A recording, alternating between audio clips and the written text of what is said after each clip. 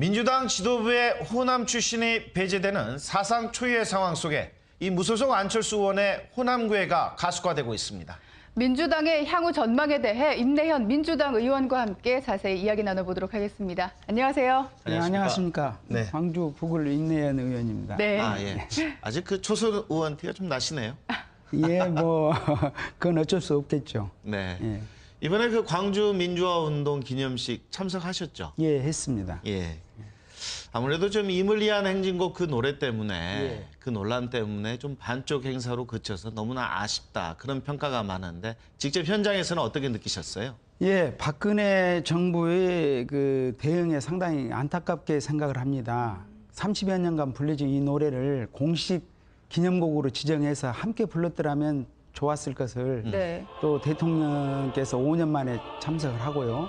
또 국민 대통합을 부르짖고 또 요즘 윤창중 사건으로 여러 가지 어려운 상황에서 정식 곡으로 제창을 했더라면 좋았을 텐데 그것이 되지 못한 부분은 매우 안타깝게 생각합니다. 네. 여기에는 보훈처장 등의 참모진의 잘못된 보좌도 있다고 생각이 듭니다.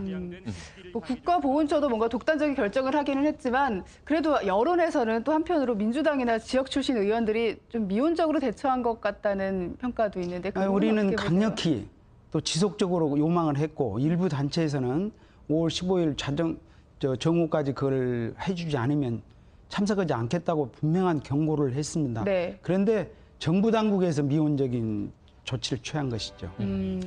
어쨌든 이 박근혜 대통령 입장에서는 뭐 여러 가지 논란이 있었습니다만 이렇게 기념 행사에 참석을 했습니다. 이제 그 자체로는 상당히 좀 높이 평가를 해줘야 되지 않을까 싶은데 기념사에서 이제 대통합을 말을 했어요. 근데 대통합을 이루기 위해서는 어떤 부분이 가장 필요하다고 보십니까?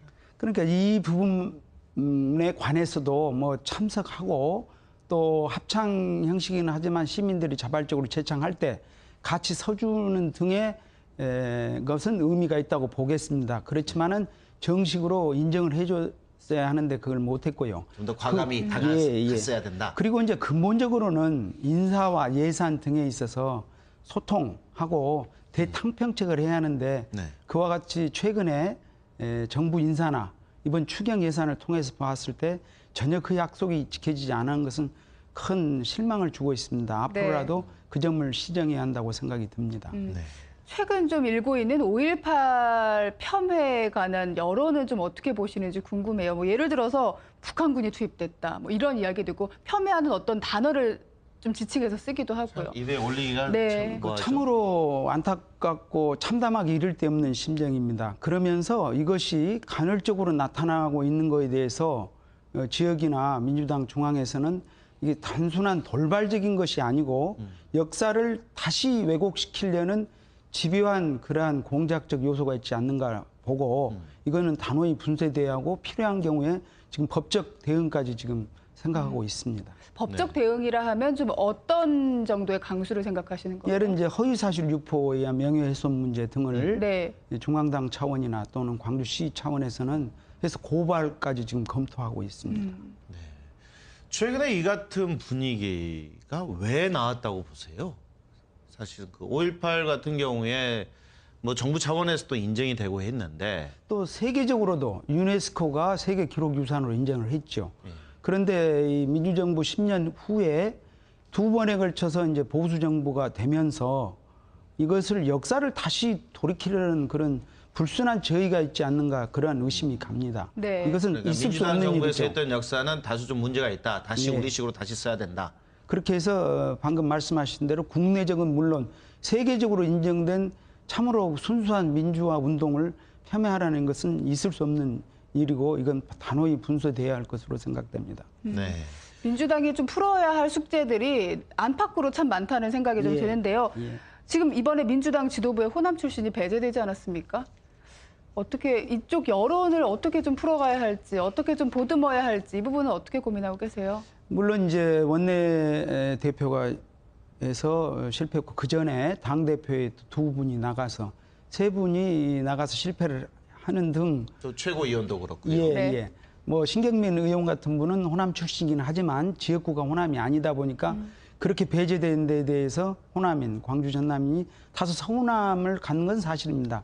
그러나 중요한 것은 그 사람이, 호남 사람이 가냐 안 가냐는 문제보다도 이 민주당이 이 수권 정당으로서 거듭 태어나는 것이 중요하다. 그래서 심지어 광주에서도 광주 출신이 아닌 분에 대해서 적지 않은 지지가 있었던 것은 전략적 판단이라고 보여집니다. 그러니까 네. 호남 출신이 배제된다는 것은 약간의 심정적인 그거지, 중요한 것은 이 광주 전남 사람들은 민주당이 어떻게 수권 능력을 갖느냐, 변화와 혁신을 할 것이냐, 이 점에 대해서 더욱 관심이 큰 것입니다. 뭐 배제됐다는데 방점이 있는 게 아니라 호남 출신을 고집하지 않는다라는 그런 측면으로 이해를 해야 될까요? 예, 그러면서 다소 섭섭한 감은 없는 건 아니고 또 이런 과정을 통해서 세 분을 비롯한 국회의원들이 더욱 분발해서 민주당과 변화와 혁신을 위해서 더욱 노력할 것으로 기대가 되고 있습니다.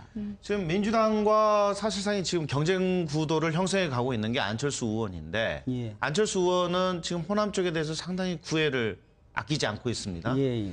일각에서 그러니까 이 정치 평론가들 사이에서는 안철수 의원이 차후에는 호남의 맹주로 군림하지 않겠느냐라는 그런 관측까지 나오고 있는데 이런 관측에 대해서는 어떻게 생각하세요?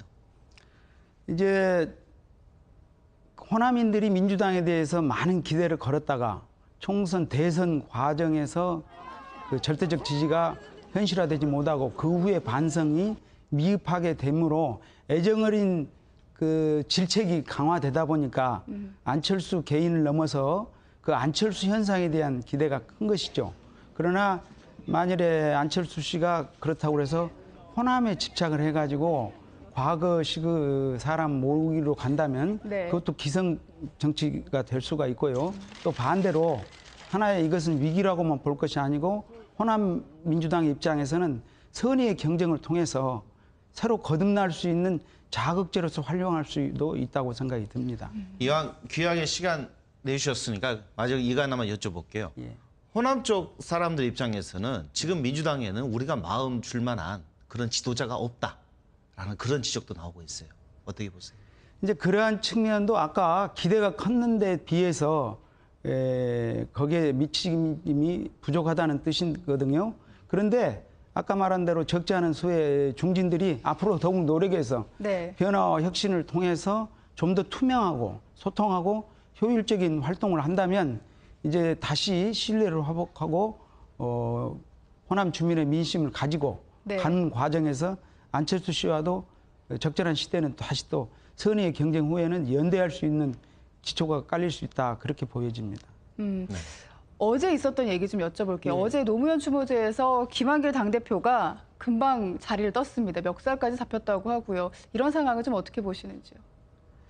그거는 뭐 일부 사람들이 과거의 계파주의에 따르다 보니까 생긴 문제인데 김한길 대표는 계파색이 없는 분이고 네. 모두가 이제는 계파 간의 갈등을 다 청산하고 대동단합을 해서 국민이 주신 48%에 오히려 3%를 덧붙여야 할 것이니까 네. 그러한 일들은 극복돼야 할 현상으로 보여집니다. 임 의원님 말씀대로 되면야 얼마나 좋겠습니까만은 예. 사실은 대선 끝나고 나서 민주당이 보여준 태도는 끊임없이 개파 간의 갈등 그 양상밖에 보여주지 못했거든요. 그래서 그거에 대해서 반성을 해가지고 요즘 무심분립이라고 국민이 이 신뢰하지 않으면 정부도 쓸 수 없다. 네. 그런 모임들이 있고 또 주춧돌 같은 모임이 있어서 계파를 없애고 모두가 다 단합하자, 이런 노력들이 활발히 일어나고 있기 때문에 네. 상당한 기대를 계파 갈등을 극복할 수 있다는 자신감과 기대가 있습니다. 초선 의원으로 지금 1년 정도 지금 국회의원 활동을 하셨잖아요. 예. 그동안에 정말 많은 일이 있었죠. 민주당에 예. 대선도 있었고 이런 갈등도 있었고.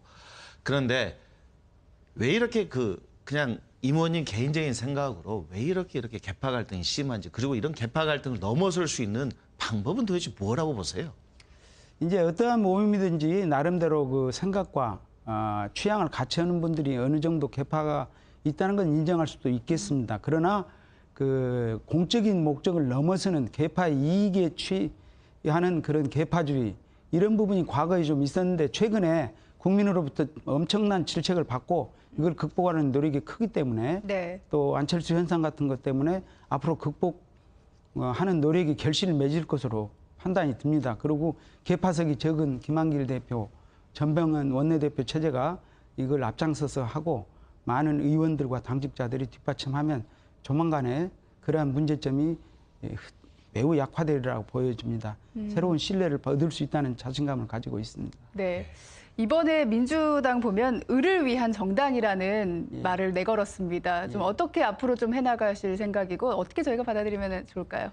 그러니까 이것은 지금 나타난 을이란 표현이라기보다 과거부터 서민과 중산층을 위한 정당을 표방했고 네. 지난 대선 당시에 그 경제 민주화를 저희가 먼저 부르짖었지 않습니까? 그런데 빼앗겼죠. 예, 새누리당에. 그래서 그것을 어떻게 보면 저희들은 표절당했다, 네. 뭐 도용당했다고 보는데 그러고 나서 보면은 우리는 지속적으로 그 경제민주화법을 주장하는 데 비해서 네. 대통령과 새누리당은 지금 많이 좀 탈색되고 있지 않는가 하는 생각이 듭니다. 그래서 과거에 재벌 위주, 대기업 위주의 사회에서 이 중소기업, 소상인들이 함께 번영하는 그러한 것이 바로 을을 위한 정책이고 이번에 5월 16일 날 광주에서 을을 위한 선언을 한 것도 지금 돌발적인 것이 아니라 그간의 당의 지속적인 방침을 최근의 사태에 비추어서 표현을 바꿨을 뿐이지 지속적으로 저희 당은